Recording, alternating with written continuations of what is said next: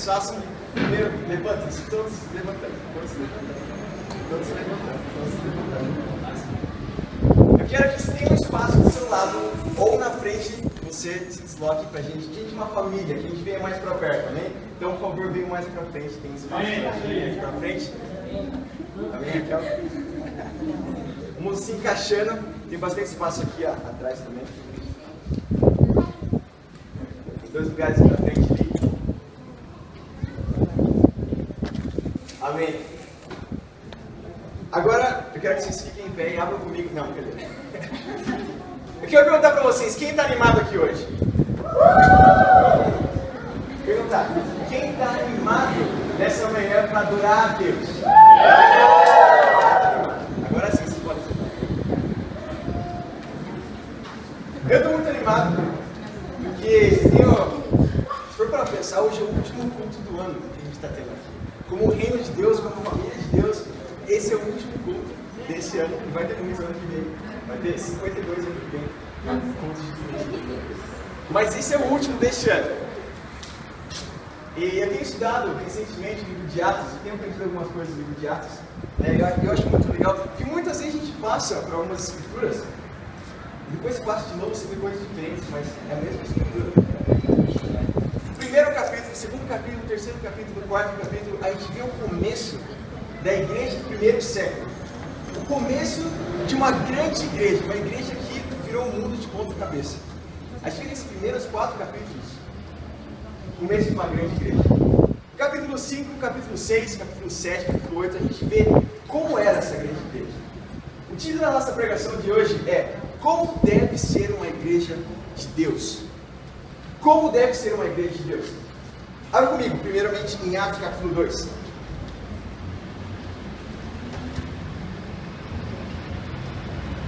Atos capítulo 2.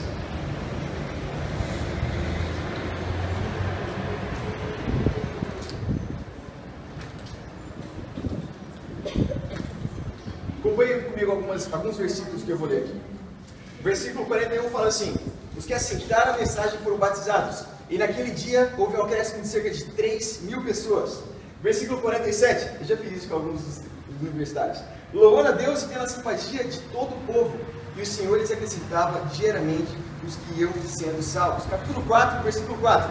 Mas muitos dos que tinham ouvido a mensagem creram, chegando o número de homens que creram a perto de 5.000. Tinha 120, foi para mais de 3.000, agora tinha mais 5.000. Atos capítulo 6, versículo 7. Assim a palavra de Deus se espalhava, crescia rapidamente o número de discípulos em Jerusalém. Também um grande número de sacerdotes obedecia à fé. Atos capítulo 9, versículo 31. A igreja passava por um período de paz em toda a Judéia, Galileia e Samaria. Ela se edificava e, encorajada pelo Espírito Santo, crescia em número, vivendo no temor do Senhor. Atos capítulo 11, versículo 21. A mão do Senhor estava com eles, e muitos creram e se converteram ao Senhor. Versículo 24. Ele era um homem bom, cheio do Espírito Santo de fé, e muitas pessoas foram acrescentadas. A gente vê muitas escrituras que a igreja estava avançando. Atos capítulo 12, versículo 24. Entretanto, a palavra de Deus continuava a crescer e a espalhar-se. Atos capítulo 13, versículo 49. A palavra do Senhor se espalhava por toda a região. 14, versículo 1. Em Icônio, Paulo e Barnabé, como de costume, foram à sinagoga judaica. Ali falaram de tal modo que veio a crer grande número de multidão de judeus e gentios. Versículo 21. Eles pregaram as boas novas daquela cidade e fizeram muitos discípulos. Para, se você vê em todos os capítulos, fala que a igreja estava avançando diariamente, continuamente. Eu queria mostrar esse especial para vocês, capítulo 16, versículo 5. Assim, as igrejas eram fortalecidas na fé e cresciam em número a cada dia. Essa é a primeira vez que ele fala de um todo. Que a igreja de Jerusalém, a primeira de todas, era a headquarters, a sede de todas. De onde tudo tinha começado e que as igrejas tinham começado por lá. Em Jerusalém, elas tinham enviado para várias igrejas, mas aqui fala que, assim, as igrejas eram fortalecidas na fé e cresciam em número de cada dia. Aí a gente se pergunta, como deve ser a igreja nos dias de hoje? A gente tem que ver como foi a igreja no primeiro século. A gente está vendo aqui como foi a igreja no primeiro século. Mas como deve ser a igreja no 21º século? o século que a gente está, a gente tem que estar exatamente na mesma coisa. Glória a Deus. A igreja da Bíblia. Não é a que a gente imagina, é a igreja da Bíblia. E hoje a gente vai ver como era essa igreja e o que acontecia nessa igreja. Abra comigo em Atos, capítulo 5. Estão comigo, irmãos? Sim. Atos, capítulo 5. Versículo 1. Vou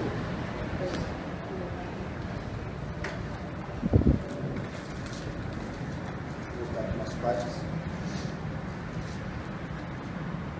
Fala assim: um homem chamado Ananias, Safira, sua mulher, também vendeu uma propriedade. Ele reteve parte do dinheiro para si. Sabendo disso, também sua mulher, e o restante, sabendo disso também sua mulher, e o restante levou e colocou aos pés dos apóstolos. Então perguntou Pedro: Ananias, como você permitiu que Satanás enchesse seu coração a ponto de você mentir ao Espírito Santo e guardar para si parte do dinheiro que recebeu pela propriedade? Ela não lhe pertencia, e depois de vendida, o dinheiro não estava em seu poder. O que levou a pensar em fazer tal coisa? Você não mentiu aos homens, mas sim a Deus. Ouvindo isso, Ananias caiu morto. Grande temor apoderou-se de todos que ouviram o que tinha acontecido. Então os moços vieram, envolveram seu corpo, levaram-no para fora e o sepultaram. Cerca de 3 horas mais tarde, entrou a mulher dele, sem saber o que havia acontecido. Pedro lhe perguntou: diga-me, foi esse o preço que vocês conseguiram pela propriedade? Respondeu ela: sim, foi esse o preço. Foi esse mesmo. Pedro disse: por que vocês entraram em acordo para tentar o Espírito do Senhor? Vejam, estão à porta dos pés dos que sepultaram seu marido, e eles o levarão também. Naquele mesmo instante, ela caiu morta aos pés dele. Então os moços entraram, e encontrando-a morta, levaram-a e sepultaram lá seu marido. E grande temor apoderou-se de toda a igreja e de todos os que ouviram falar nesse. Bem forte que aconteceu aí. O que está acontecendo aqui? A gente vê Ananias e Safira. Dê uma olhada ontem. Ananias, o nome Ananias significa, curiosamente, Deus é misericordioso. E o nome Safira, por alusão à pedra Safira, significa bonita. Esses dois, eles tinham uma propriedade, eles tinham propriedades e eles venderam uma da propriedade deles e retiveram parte do dinheiro para eles. Se você ver no capítulo 4, no versículo 34, logo em cima, fala assim: não havia pessoas necessitadas entre eles, pois os que possuíam terras ou casas as vendiam, traziam o dinheiro que possuíam, traziam o dinheiro da venda e colocavam aos pés dos apóstolos, que distribuíam segundo a necessidade de cada um. A gente vê que não era um mandamento, eles não tinham que fazer isso, mas isso era fruto de um coração generoso disso. Eles tinham esse coração de entender que, nós somos todos iguais. Se eu tenho situação boa financeira e eu estou vendo meu irmão em Cristo, o que eu vou viver para sempre? Necessidade, não faz sentido eu ter coisas para mim e não compartilhar com ele. Ananias e Safira, o que eles fizeram? Eles reteram para si. Esse verbo reteram para si, eu gosto de pesquisar essas coisas, no grego significa nostistastai. Eu não sei dizer isso, tem que chamar para eles para falar isso. Nostistastai, que é o mesmo verbo usado para descrever o pecado de Acã no Velho Testamento, quando depois que invadiram Jericó, para ele, parte dos despojos. Ele manteve para ele não para o templo de Deus. Esse pecado, esse verbo que sinaliza fraude, de algo que não devia ter feito, necessariamente.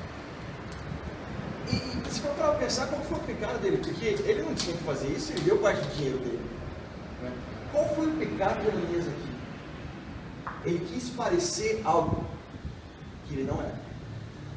Ele quis parecer ter um coração de discípulo generoso para ajudar outras pessoas, pois ele não tinha esse coração. Ele quis parecer ter um coração altruísta, mas com que motivação? Ele entendeu que todas as pessoas do reino são iguais. Não é ninguém embaixo de você, não é ninguém em cima de você. No mundo a gente tem isso, diversas classes sociais, e você é julgado pela quantidade de dinheiro que você ganha, e você é classificado pela casa que você mora, você é catalogado pelo carro que você está dirigindo. Entender que no reino de Deus nós somos todos iguais. Ao fazer isso, ao tentar parecer uma imagem que ele não tinha, ele estava preocupado com a imagem dele e não em servir o reino verdadeiramente. está preocupado com ele mesmo, não com outras pessoas. Deus olha para a gente como família, e como família, toda família tem que ser tratada de forma igual. Nós somos irmãos e irmãs, e a gente vai viver junto para sempre. Aí tem que entender, isso para sempre não é só um pouquinho, tipo até o final da vida, não, é para sempre. A gente não tem noção do que significa isso. Nós vamos estar juntos para sempre, não tem diferença alguma entre nós. Seja você rico, pobre ou magro, não existe diferença entre nós. Nós somos todos iguais aos olhos de Deus. E Pedro, quais são as palavras de Pedro para Ananias? Pedro fala para Ananias, ele fala simplesmente isso: como você permitiu que Satanás enchesse seu coração? Ele dá certo crédito para Satanás, que Satanás já tinha certa influência na igreja do primeiro século, mas isso não tirava a culpa de Ananias, porque Ananias permitiu que Satanás enchesse o coração dele de mentira, de algo que ele não estava vivendo. O que é ter sucesso na vida pessoal? O que é se preocupar com a imagem? Veja as pessoas que fazem isso. Veja esses artistas, essas pessoas que têm tudo na vida. Muitas vezes se vê na televisão, eles se drogam, eles se suicidam. Que nem aquele famoso cantor, Bob Marley, uma vez falou. Essas pessoas são tão pobres que tudo que elas têm é o dinheiro delas. Essas pessoas são tão pobres que tudo que elas têm é o sucesso delas. Elas não entendem o que vale de verdade na vida. Agora, também assim a gente pensa, mas espera aí, isso aqui é a igreja do primeiro século. Deus não podia ter permitido que isso acontecesse? Deus não tinha misericórdia nessa situação? O que está acontecendo aqui? A gente tem que entender o que é graça. Graça não é você tentar liderar com o pecado na esperança de que a pessoa ou alguém se arrependa. Isso não é graça. Graça é Jesus Cristo. Graça é Jesus que morreu na cruz pelos seus pecados. E entender para mim que eu não mereço isso. Isso é graça na vida, gente. Graça não é tentar achar situações que possam tirar a culpa das pessoas. Não, isso não é graça. Quando se trata de pecado, Deus não tem paciência. É verdade isso. Deus tem paciência com a gente. Deus tem paciência individualmente com cada um de nós. Mas quando se trata de pecado, Deus quer que você lide imediatamente. O que acontece aí depois? Safira chega com a situação. Ela não sabe, não tem a mínima ideia do que está acontecendo. Ela chega no lugar que eles estão. O marido dela já estava morto há 3 horas atrás. Aí fala. E Pedro pergunta para ela: então, Safira, essa foi a quantidade, esse foi o preço pelo qual vocês venderam a propriedade de vocês? Sim, essa foi a quantidade. Pedro fala para ela: por que você conseguiu testar o Espírito de Deus? Porque você não está mentindo para homens, você está mentindo para Deus. Você não está servindo homens, você está servindo Deus, você está servindo homens na situação. Muitas vezes a gente tem que entender, aliás, a maioria das vezes a gente tem que entender que a gente tem que lidar com o nosso pecado imediatamente. Por que foi tão súbito essa situação? Deus quer mostrar que quando se trata de pecado, tem que ser lidado imediatamente. Você não tem que esperar a semana que vem, que é ano novo. Você não tem que esperar ao final do culto. É agora. Você tem que se arrepender do seu pecado agora. Você tem que enterrar o seu pecado agora. Você tem que sepultar o seu pecado agora. A pergunta principal é: você realmente quer enterrar o seu pecado? Você realmente quer matar o seu pecado? Ou você quer dar um sonífero para ele, para você deixar ele no canto, e se for precisar dele, você pega ele? Aí a gente tem que entender que a gente tem que sepultar o nosso pecado. Porque quando se trata de pecado, Deus é imediato. Amém? A gente tem que entender que quando se trata de pecado, Deus quer que a gente lide com o nosso pecado. E há esperança para cada um de nós. Deus tem paciência com cada um de nós. Mas Ele espera, ele, por meio da graça dEle, Ele espera que a gente lide com cada um dos nossos pecados. Que a gente não fique preocupado com a nossa imagem, que a gente aparece com outras pessoas. Vamos comigo em Gálatas, capítulo 1. Paulo fala um pouco sobre isso, sobre o que é aparentar para outras pessoas. Lá em Gálatas, capítulo 1. Estão comigo, irmãos? Fala, Daniel. Lá em Gálatas, capítulo 1, finalzinho do capítulo 1. Fala assim, versículo 10. Acaso busco eu agora a aprovação dos homens ou a de Deus? Ou eu estou tentando agradar a homens?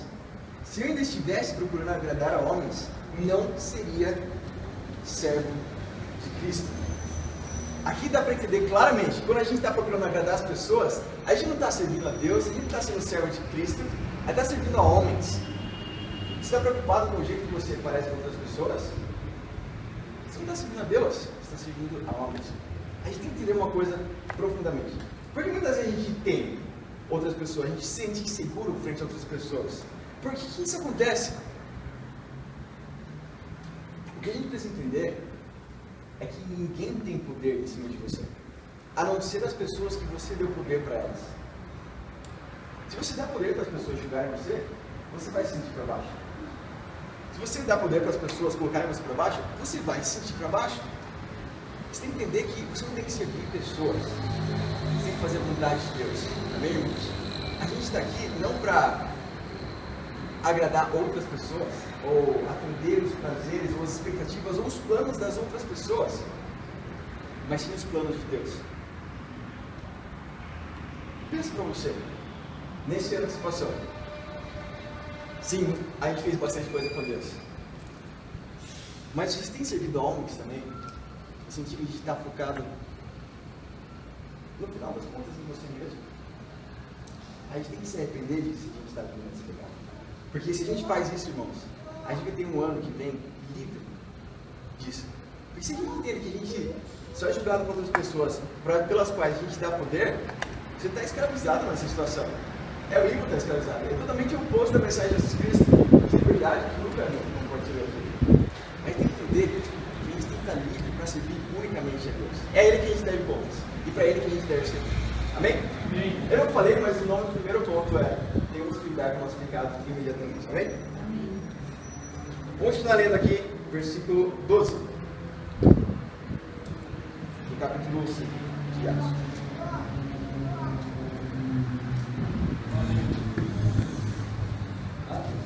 Atos 5, versículo 12 fala assim: os apóstolos realizavam muitos sinais e maravilhas entre o povo. Todos que creram costumavam reunir-se no pórtico de Salomão. Os demais, ninguém ousava juntar-se a eles, embora o povo os tivesse em alto conceito. Eu acho muito legal essa escritura, porque fala que todas as pessoas que creram, eles tinham costume, eles inconscientemente faziam isso, eles se reuniam no pórtico de Salomão. Aqui na Universidade de São Paulo, a gente tem um pórtico de Salomão que chama Mesas de Pedra. Se você passa ali em qualquer momento, tem acontecido ali. Ou fazendo um estudo bíblico, ou compartilhando a fé, ou estudando, ou fazendo alguma coisa. Mas o que é legal, a Escritura fala que muitos milagres e maravilhas eram feitos por meio dos apóstolos, para as pessoas, e muitos respeitavam eles, mas não se juntaram a eles. Uma mensagem aqui: muitas pessoas, ao verem a sua vida, elas não te respeitaram, muitas vezes. Por quê? Porque elas não estão fazendo isso. Mas elas vão te respeitar. Mas isso não significa necessariamente que elas vão se juntar a você. Isso está acontecendo aqui também. Continuando lendo aqui no versículo 17. Então o sumo sacerdote e todos os seus companheiros, membros do partido dos saduceus. Agora, quem eram os saduceus? Os saduceus eram uns caras judeus que pensavam que serviam a Deus, mas estavam servindo a si mesmos e eram tristes por causa disso. Eles eram os saduceus. Ficaram cheios de inveja. Então eles viram que os apóstolos, eles estavam cheios de Espírito de Deus, estavam fazendo muitos milagres e maravilhas. Muitas pessoas estavam seguindo eles.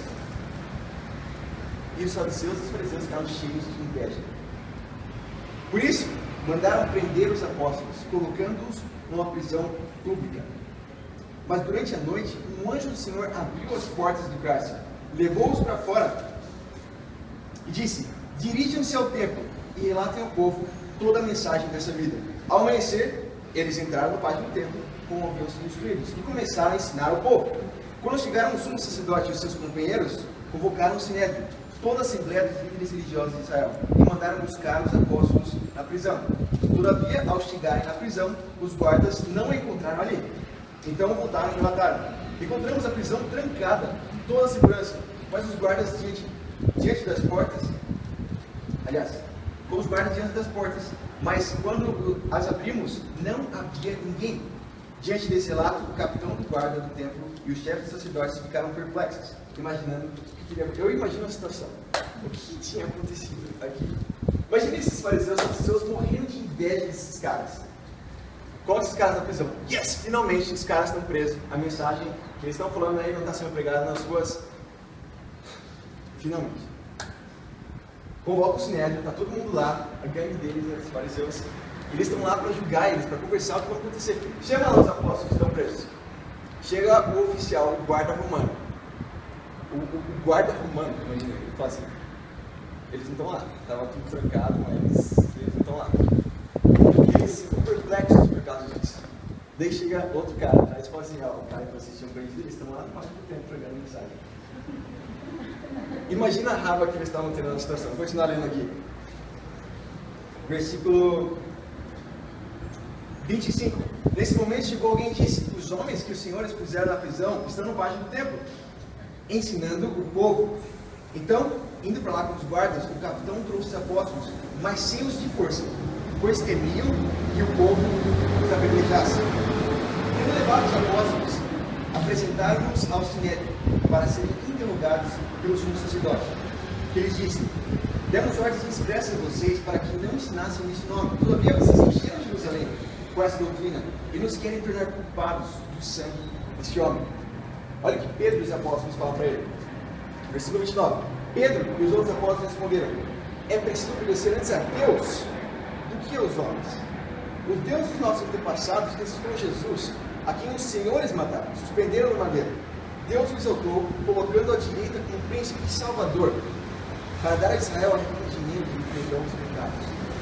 Nós somos testemunhas dessas coisas, bem como o Espírito Santo, que Deus concedeu a quem? Aos que lhe obedecem. Ouvindo isso, eles ficaram furiosos e queriam matá-los. Mas um fariseu chamado Gamaliel, mestre da lei, respeitado por todo o povo, levantou-se no sinédrio e pediu que os homens fossem retirados para o momento. Então ele disse: israelitas, considerem cuidadosamente o que eles pretendem fazer com esses homens. Então, há algum tempo, apareceu Teudas, reivindicando ser alguém, e cerca de 400 homens se juntaram a ele. Ele foi morto, e todos os seus seguidores se dispersaram e acabaram em nada. Depois disso, nos dias do recenseamento, apareceu Judas, Galileu, que liderou um grupo em rebelião. Ele também foi morto, e todos os seus seguidores foram dispersos. Portanto, nesse caso, aconselho: deixem esses homens em paz e soltem-nos. Se o propósito ou atividade deles for de religião humana, fracassará. Mas se proceder de Deus, pois eles não serão capazes de impedi-los, pois se acharão lutando contra Deus.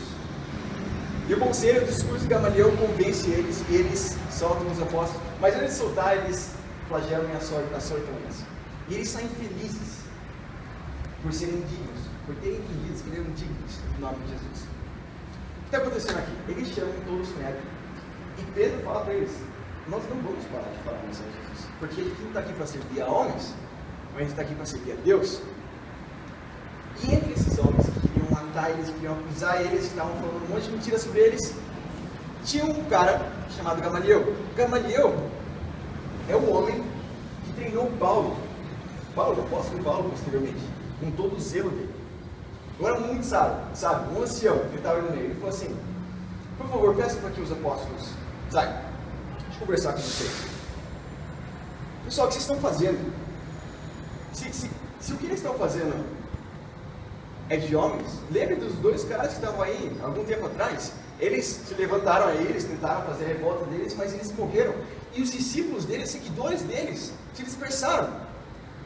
Agora, se o que eles estão fazendo é da parte de Deus, vocês vão estar lutando contra Deus, e não contra eles. E não vai dar certo o que vocês vão estar fazendo. Notem, há certo temor aí da parte deles. Há certo temor. Mas crer em Deus, ter temor de Deus, não necessariamente te faz um seguidor de Deus. Aqui fala, no versículo que a gente deu, versículo 32, o Espírito Santo que Deus concedeu aos que lhe obedecem, não aos que creem no nome dele, simplesmente, não que fazem uma oração e aceitam ele no coração, aos que obedecem a Deus. Eles tinham um certo temor, mas não seguiam a Deus necessariamente. Isso é religiosidade. Eles tinham zelo por isso. Eles queriam fazer a justiça neles. Eles pensavam que estavam servindo a Deus com um zelo desguiado, um zelo torto, um zelo guiado pelas emoções. Agora é importante a gente ter zelo para Deus, porque zelo traz intensidade para as coisas que a gente faz para Deus. Se você faz alguma coisa sem zelo, não vai dar muito certo, não vai mostrar muito do seu coração para Deus. Mas a gente tem que ter um zelo que leva a gente a ter emoções para Deus, e não um zelo guiado pelas nossas emoções, necessariamente. Isso é religiosidade. Você agir com um zelo torto. Irmãos, não vamos agir assim. A gente não pode agir com um zelo desguiado, um zelo hipócrita, um zelo guiado pelas suas emoções. A gente tem que agir com zelo, agir com zelo através da palavra de Deus. Amém? E esse é o segundo ponto, que eu também não falei o nome. O nome do segundo ponto é com zelo, agir com zelo verdadeiro. Nós temos que agir com zelo verdadeiro. E outra coisa importante para a gente pensar aqui pelo discurso de Gamaliel, que ele fala que esses dois homens, eles morreram e os seus discípulos foram dispersos. Se você fosse morrer por causa do Evangelho de Jesus Cristo,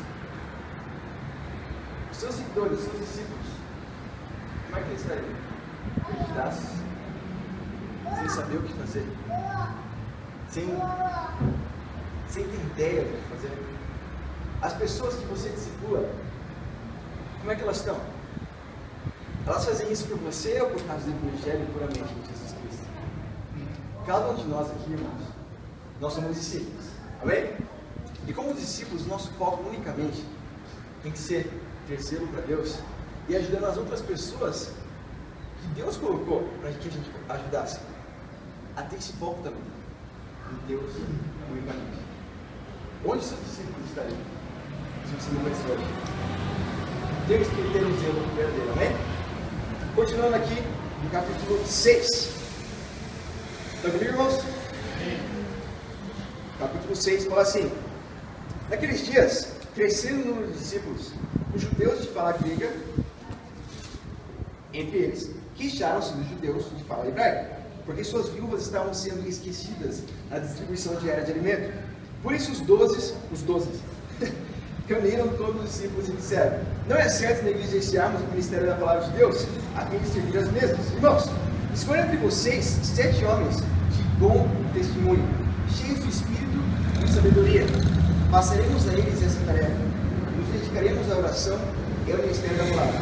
Tal proposta agradou a todos. Então escolheram Estevão, homem cheio de fé do Espírito Santo, aí de Filipe, Prócoro, Nicator, Timon, Pármenas e Nicolau, convertido ao judaísmo proveniente de Antioquia. Apresentaram esses homens aos apóstolos, os quais oraram e lhes puseram as mãos. Assim a palavra de Deus se espalhava. Crescia rapidamente o número de discípulos de Jerusalém. Também um grande número de sacerdotes obedecia à fé. Aqui a gente vê que surge uma situação na igreja, que muitos discípulos estavam sendo feitos ali. Muitos discípulos. E como era todos discípulos, todos se partiam, só que algumas pessoas estavam sendo esquecidas ali. Algumas viúvas estavam sendo esquecidas nessa situação. E os apóstolos, eles estavam: gente, a gente não pode fazer tudo isso sozinho. A gente tem que delegar as funções. A gente não foi enviado por Deus, escolhido por Deus, para estar fazendo especificamente essas coisas. A gente precisa se dedicar ao ensino da palavra, à pregação para outras pessoas. E eles delegam essa função. Eles escolhem essas 7 pessoas cheias do Espírito e de sabedoria. Agora, o que é sabedoria? O que é o princípio da sabedoria? Provérbios. Qual é o princípio da sabedoria? O temor do Senhor é o princípio da sabedoria. Provérbios 9:10 fala que o temor do Senhor é o princípio da sabedoria. Mas o que é o temor do Senhor, então? Esses homens cheios de sabedoria, logo cheios de temor do Senhor. Mas o que é esse temor do Senhor? Não é entender que Deus é todo poderoso e Ele vai me destruir se eu... Não. O temor do Senhor, vamos lá em Salmos 130. Salmos 130. É uma passagem interessante que fala sobre o que é o temor do Senhor. Salmo capítulo 130. Fala assim, versículo 4. mas contigo estão o perdão, para que sejas temido. Entender o temor do Senhor é entender que Deus tem o poder de perdoar os seus pecados. Não é viver uma vida de culpa, é viver exatamente o contrário, uma vida de liberdade, entendendo que Deus tem esse poder de perdoar os seus pecados. Isso é entender o temor do Senhor. Escolheram esses homens, que tinham um bom testemunho e cheios de temor do Senhor, para se dedicar às outras coisas que a igreja precisava de atenção também. E quando eu estava pensando nisso ontem, quando a gente pensa de fome, em miséria, em pessoas sem casa para morar, pessoas que vivem nas ruas, a gente tem que cuidar dessas pessoas também, logicamente. Né? Por isso que a gente tem o Mercy aqui, que a gente tem esse braço benevolente da igreja e que tem pessoas incumbidas, muito grato, a Lia, a Vivi, que tem ajudado bastante nas atividades do Mercy, a Dani, a Érica, a Tati, essas irmãs que têm se dedicado exclusivamente para isso também, cuidando disso. Mas tem que entender que o nosso propósito talvez seja estranho escutar isso, mas não é acabar com a fome dessas pessoas. Nosso propósito como discípulos não é acabar com a fome mundial. O nosso propósito é fazer discípulos e levar o reino para essas pessoas. Onde há o reino de Deus não tem fome. Onde há o reino de Deus não tem pessoas sem teto. Onde há o reino de Deus não tem pessoa sentindo sede. Onde há o reino de Deus não há pessoas passando necessidades. Levanta a mão quem já passou muita fome. A ponto de muita fome mesmo. Fome de verdade. Aquela que você vê na televisão. Ninguém passa por isso. É difícil a gente pensar nessas coisas porque parece uma coisa muito distante. Lucas, você não passa fome? A gente passa fome, né? Depois se passa um tempo que está sem comer, a gente passa fome. Mas não a fome de miséria, a fome a fome que a gente vê muitas vezes em documentários de televisão. Tem um vídeo muito forte, que eu devia mostrar para vocês, que é uma menina de 8 anos, na África, que ela tem 2 irmãozinhos. E os 3 estão passando muita fome. Eu fico imaginando como é que filmaram eles, né? Deram um jatinho para eles, estavam filmando eles. Eles estavam passando, ela viajava quilômetros para pegar água para eles, para conseguir alguma coisa para eles. Mas eles estavam no chão, eles conseguiam levantar, de bruços no chão, de tão fracos que eles estavam. Em pele e osso. As pessoas no mundo se dedicam exclusivamente para isso. Se for parar para pensar, elas estão fazendo isso em vão. Porque a fome mundial não vai acabar se o reino de Deus não for levado para essas pessoas. Sim, a gente tem que ajudar essas pessoas, logicamente. Mas tem que entender que o reino de Deus precisa ser levado para elas. E é isso que a gente vê aqui, no começo do capítulo 6. Que é assim. Sim, tem que cuidar dessas pessoas. Mas isso é o foco principal. Levar o reino para essas pessoas. Faz assim com o seu braço, todo mundo faz assim com o seu braço. Fica assim, cotovelo. Deixa eu botar. E a gente que tem braço torto, minha irmã faz assim. Tenta se alimentar, tenta colocar alguma coisa nessa cabeça, sem dobrar. Não dá pra você fazer isso. O que você tem que fazer para você comer? Você tem que dar para outra pessoa. E a outra pessoa dá para você também. Senão, não vai dar certo. Qual que é o ponto aqui? O mundo, muitas vezes, ele tem esse cotovelo esticado. Aliás, cotovelo dobrado. Porque o cotovelo dobrado só para eles mesmos. E às vezes realizam atividades beneficentes e tal, não sei o quê, para parecer o que eles não são. Para parecer ter uma imagem e servir outras pessoas o que eles não são de verdade. Irmãos, no reino nós somos todos iguais. No reino não há diferença alguma. O problema principal também está quando a gente se acostuma a se alimentar somente e só recebe de outras pessoas. Isso é um problema também. Se você só vive da carona das pessoas, que as pessoas vivem pagando suas refeições, que você está sem emprego e não está fazendo nada por isso. Há um problema nisso também. Sim, o reino se trata totalmente de igualdade, mas cada um tem responsabilidade um para com o outro. Amém? Amém. Nós somos todos iguais. E eu fico pessoalmente muito feliz de pensar isso. Todos nós aqui, aos olhos de Deus, nós somos todos iguais. E a gente se ajuda um ao outro. Amém? Vamos terminar aqui no capítulo 6, versículo 8, fala assim: Estevão, um homem cheio de graça e poder de Deus. O que é cheio de graça e poder de Deus? Não é alguém bonzinho assim, me desculpa, coitadinho. Não, ele era cheio de graça e poder de Deus. Realizava grandes maravilhas e sinais entre o povo. Contudo, levantou-se oposição dos membros da chamada sinagoga dos libertos, os judeus Cirene de Alexandria, bem como das províncias de Cilícia e da Ásia. Esses homens começaram a discutir com Estevão, mas não podiam resistir à sabedoria e ao espírito com quem ele falava. Então subornaram alguns homens para dizerem: ouvimos Estevão falar palavras blasfemas contra Moisés e contra Deus. Com isso agitaram o povo, os religiosos e os mestres da lei, e prendendo Estevão, levaram-no ao Sinédrio. Ali apresentaram falsas testemunhas que diziam: este homem não para de falar contra esse lugar santo e contra a lei. Pois ouvimos dizer que Jesus, o Nazareno, destruirá esse lugar e mudará os costumes que Moisés nos deixou. Olhando para ele, todos os que estavam sentados no Sinédrio viram que seu rosto parecia o rosto de um anjo. Aparece esse cara chamado Estevão, cheio de graça e de poder. E o que ele está fazendo aqui? Ele está fazendo nada demais. Ele está pregando a mensagem de Deus. Só que, como tinha acontecido já antes, pessoas ficam com ciúmes. E vocês viram o que fizeram aqui? Pegaram outras pessoas e falaram assim: fala que esse cara está fazendo isso.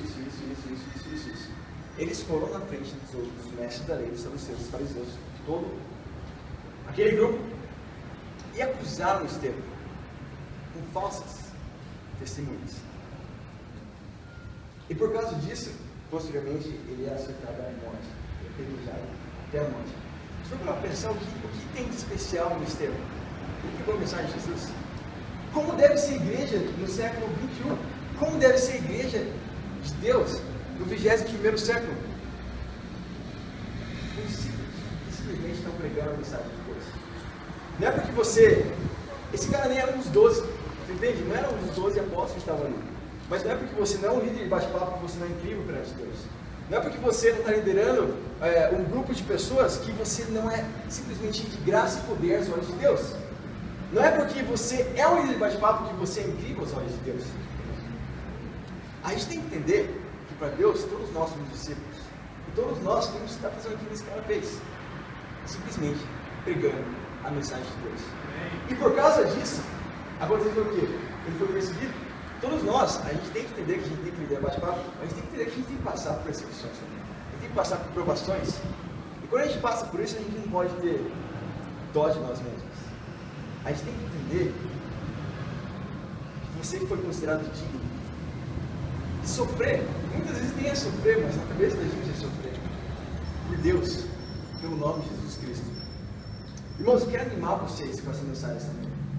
Esses dois capítulos 5 e 6, que muitas vezes a gente passa batido assim, a gente não vê tanta coisa que tem ali, mas mostra como era a igreja nesse primeiro século, e como a igreja hoje deve ser. Com discípulos, como Estevão. Com discípulos, estavam comprometidos com a mensagem de Jesus Cristo. Com discípulos que simplesmente estavam pregando o Evangelho, a cruz de Jesus. Irmãos, daqui a hoje é dia 27, né? 28, 29, 30, 31. Daqui a 4 dias. Acaba esse ano. Foi rápido. Sempre rápido, né? Sempre rápido. Daí tá no começo do ano, devagar. Não. Foi muito rápido. O que você lembra desse ano? O que você aprendeu com Deus esse ano? Coloque em prática o que você tem aprendido com Deus. Use essas coisas pelas quais você passou para tornar você mais forte. Tem até uma música que fala isso, né? What doesn't kill makes you stronger. O que não mata você faz você mais forte. E espiritualmente é muito verdade isso também. O que não fez você cair da fé, o que fez você estar vivo ainda, foi você entender a graça de Deus na sua vida. Usa tudo isso que você passou para se tornar mais forte. Usa isso tudo que você passou para se tornar mais incrível ano que vem. Usa tudo isso que você passou para entender, meu, não foi em vão tudo isso que passou. Eu quero dar mais no meu coração aqui. Eu não passei por tudo isso, eu não fiz tudo isso para ser medíocre às ordens de Deus. Eu quero usar isso para Deus. Se todos nós fizermos isso, irmãos, a gente vai estar simplesmente imitando a igreja do primeiro século. E essa igreja nós temos que ter no dia de hoje. E para Deus seja toda a glória. Amém.